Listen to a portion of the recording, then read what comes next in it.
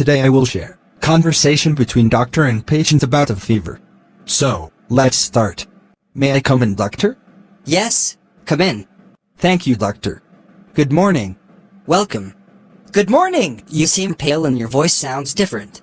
Yes, doctor. I'm having a temperature and even a sore throat. Let me check. You have a moderate fever. Let me check your temperature. Doctor uses a thermometer to check the temperature of a patient by snapping around one of the fingers. This thermometer is different from the last one you used. Yes, this is introduced newly by medical supplies companies. It's much more comfortable and doesn't need cleaning after every use. That's really great.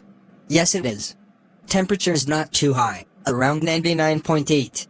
Let me check your blood pressure as well. Your blood pressure is fine. It seems a bit scruffy. Not good. Yes, it has been quite bad. Do you sweat and shiver?